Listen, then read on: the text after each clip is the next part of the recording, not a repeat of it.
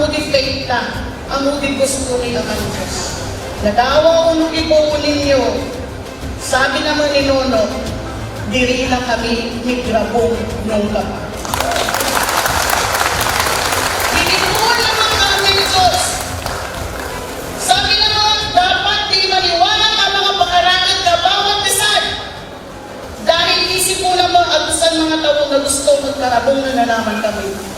But definitely, that will never happen.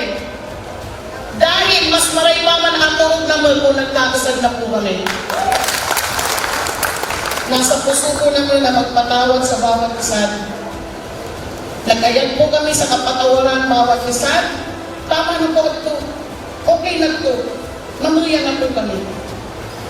Kaya nakikikusip sa atin, hindi naman po ninyo kami pagrabungan. Dahil tama na po ito. Kaya adik po, inayos po adik na mo. Magkasa na po adik para ka naman. Kundi para po adik ka ninyo.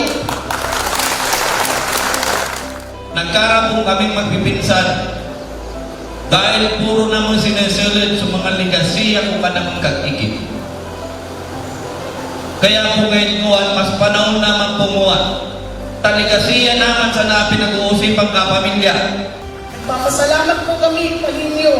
Kahit pagkakataon na adik, na tinugutan po ninyo ang pamilya namang magkasal. Again, sabi ko naman ni Nono, ang importante, pamilya muna.